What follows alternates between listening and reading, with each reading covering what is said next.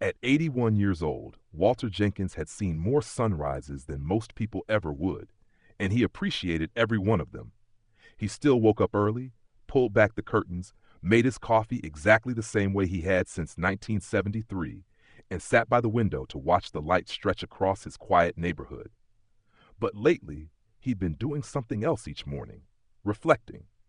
Not in a melancholy way, but with the sharp honesty of someone who no longer had the time or patience for sugarcoating. When you reach a certain age, Walter thought, the world expects you to fade into the background, to smile gently, talk about the good old days, and keep your thoughts to yourself.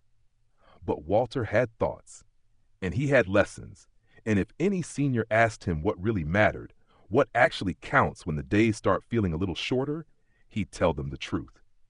Not the soft version, the real version. 1. You are not as independent as you think, and that's okay. Walter used to pride himself on being self-sufficient. Even after his wife Marion passed, he kept mowing the lawn, doing the grocery shopping, handling the bills. He refused help. Until one day he slipped on the porch steps and lay there for 15 minutes, embarrassed and afraid. After that, he accepted a ride when it was offered.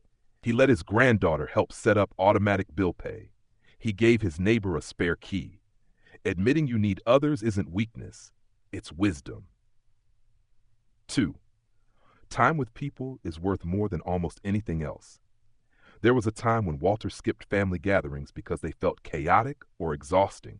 He said no to game nights, thought visits were more trouble than they were worth.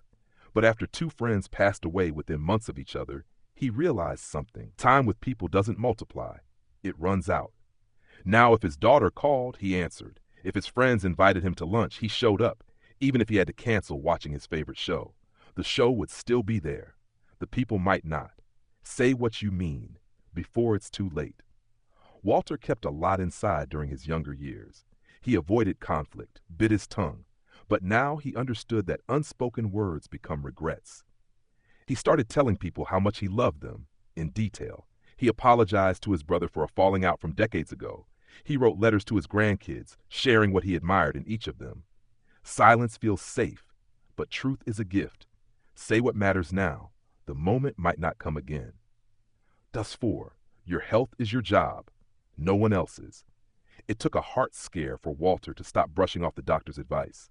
He learned, painfully, that the body keeps score even if you're ignoring the rules. At 65, you can get away with skipping checkups or eating junk. At 75, it catches up fast.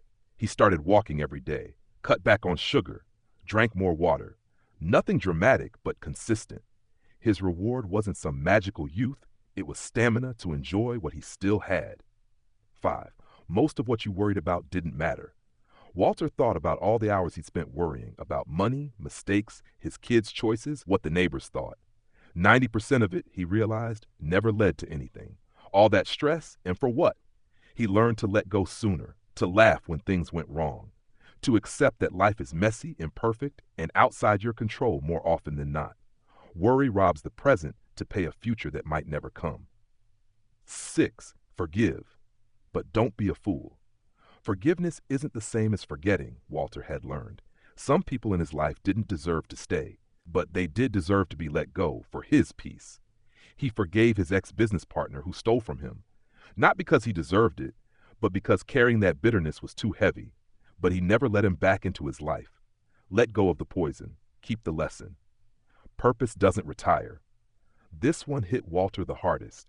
After he stopped working, there was a quiet sense of loss he hadn't expected. Not just of income, but identity. Who was he now? The answer came slowly. In mentoring a young neighbor through a tough patch. In teaching his great-grandson how to fix a leaky faucet. In writing down stories from his life that his family had never heard. Purpose doesn't have to be big. It just has to be real. Doing something, anything, that adds light to someone else's day gives your own life meaning, no matter how old you are.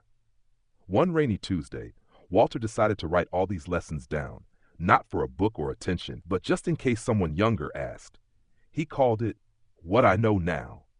He printed out a few copies and gave them to the senior center, tucked one in his desk, mailed one to Rachel, his youngest granddaughter, who just turned 30. Weeks later, she called him. "Grandpa," she said, voice thick with emotion, "I read what you wrote. I needed it more than you know." Walter smiled. "That's why I wrote it. Because when the years pass and the world gets quiet, what remains isn't the money or the medals or the things you owned. It's the truth you lived by and the love you handed down. And those brutally honest lessons, they just might be the most generous part of growing old."